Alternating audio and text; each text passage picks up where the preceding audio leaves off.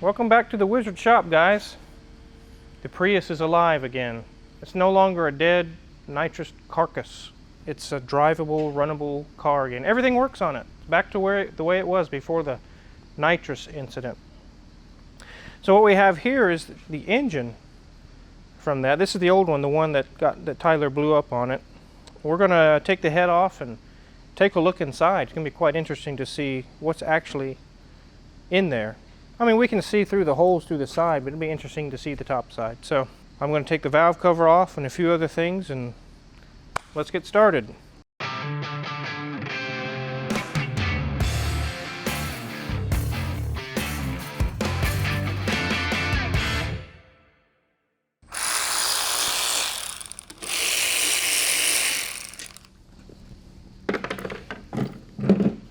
So some of you have wondered, sometimes you put oil in your car and you take the oil cap off and you look in there. So I don't really understand what's going on in there. It's just where I pour oil. Well, the back side of that, it's just an empty hole. Whenever you dump oil in your car, and where does it go? It just pours all over everything on here and goes through the little oil drains down into the oil pan. It just pours over everything. For some of you that are not familiar with the inside of an engine, that's what happens there. Okay, well, I'm going to take some of these loose. Crazy D, you want to hand me a 10mm wrench? Oh, you took the shortcut, I see. Yeah. All right, well, thanks. It looks kind of like, Tyler mentioned it looked like an emoji. There's an eye, and here's the mouth. And this is the emoji of death. There's the connecting rod. There's the crank. We're going to see if we can go a little deeper and break all these loose.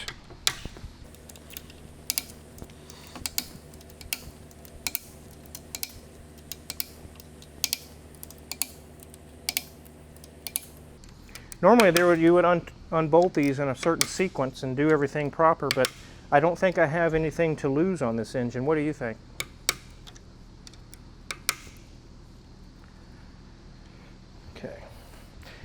I'm going to take the timing cover off here and show you guys what's going on here.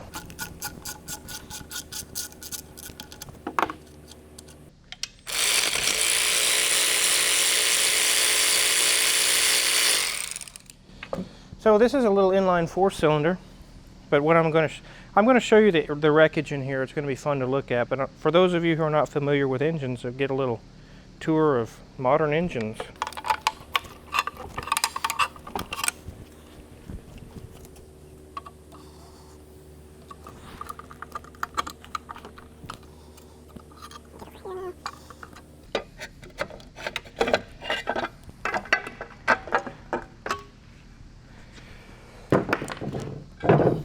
So you hear people talk about certain engines, this or that has timing chain issues, or this or that. This is what a timing chain looks like. Here's your tensioner. This is what keeps tension on this guide. Some engines have where these plastic guides fall apart and they fall down in the oil pan, like Range Rover 4.4 V8s, the BMW V8. These just fall down in the pan and go to pieces and cause all kinds of issue. And you hear about variable valve timing codes or your cam actuator's gone bad, and that's what this is. This little tool is a solenoid that controls the oil pressure. It goes right here.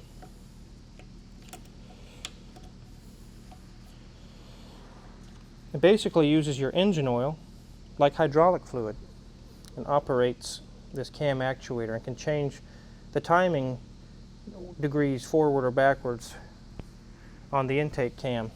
That's how you can change your power band.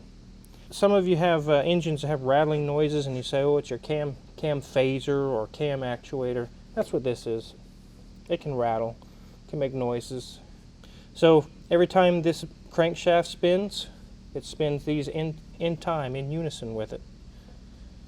When you start getting slack on your chain, or this tensioner gives out, or it skips a tooth, things aren't in time anymore and it starts causing issues. We're going to cause a timing chain failure on this engine. It's going to be catastrophic.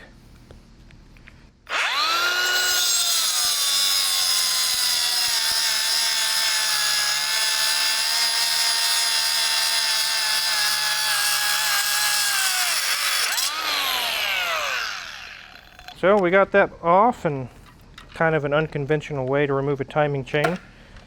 Some of you might say, hey, that's still a good timing chain. Really? Do you want that in your car after it's been through this? It's probably stretched after it had serious lock. Okay.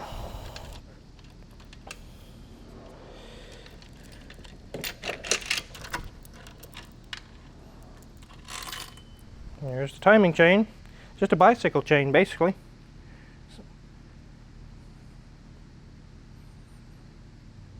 You think, oh, timing chain, that must be complex. Well, not really. It's a bicycle chain. I'll take this off.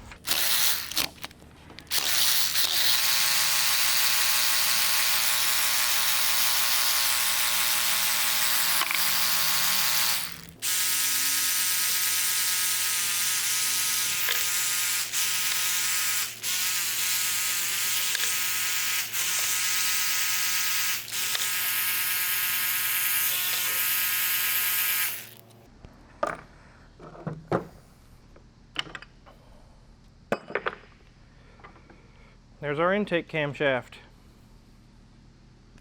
So as you can see, that this camshaft is not completely solid to this gear. As you can see, the gear can turn a few degrees separate of the camshaft. It does this with oil pressure. So while you're getting up certain RPMs, it'll use oil pressure and maybe change it a few degrees one way or another, and change your cam timing. This is variable cam timing.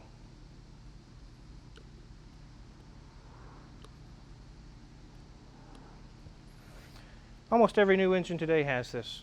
All of them. I don't care what brand. They all use this.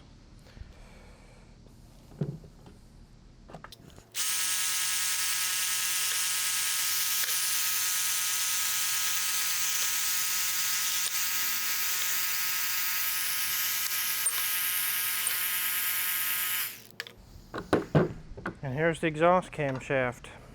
As you can see, it's a fixed gear. Some cars have a cam actuator on both the intake and the exhaust camshaft. These particular engines, just on the intake only. So there's the exhaust camshaft. So this is kind of a fun exercise to see Hoovies Damaged engine. It's also educational. I thought I'd just show you guys parts and pieces of an engine. These little circles are your lifters.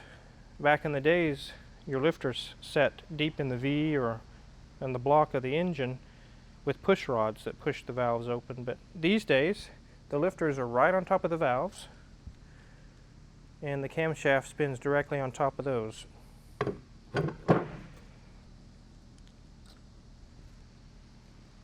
There we go. There's a number in there.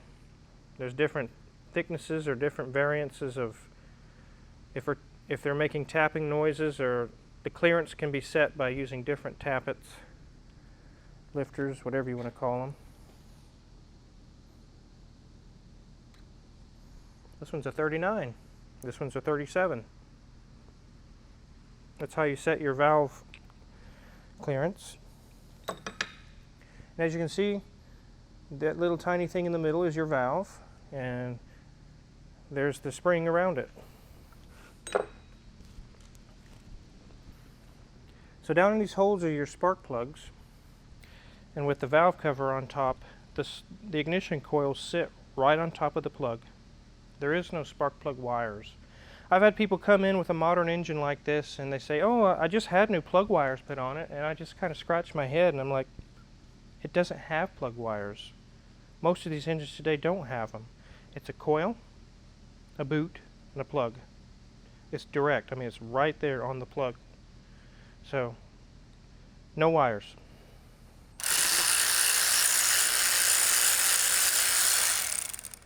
Yeah, I'll take that off and show that.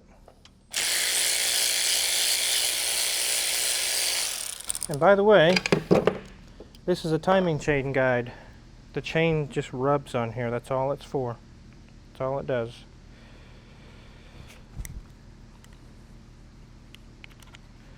As you can see, the guides can fall apart, and this goes down in your engine and breaks to pieces, and now your chain rubs on that.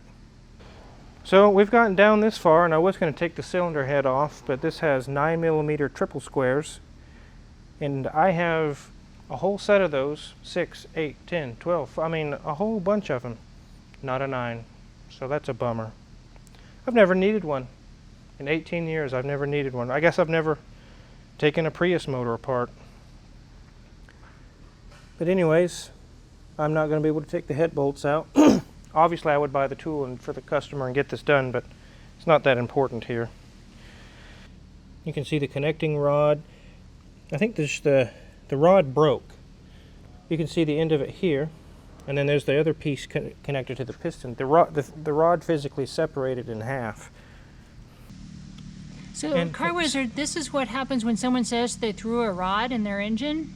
Well, I mean, kind of. This didn't throw a rod, it broke a rod, but the remnants of this are now not pushing a piston up and down. They just spin around like a flailing motion, and that's what cracked all this out and broke it. So that's the Prius engine, and as you see, we got the other one in from J&J Auto Wrecking. We put that motor in, and it worked perfect. Absolutely no issues with that engine. I just went and drove it down the road. No check engine lights, no problems. It just works just like it did before the nitrous blow up.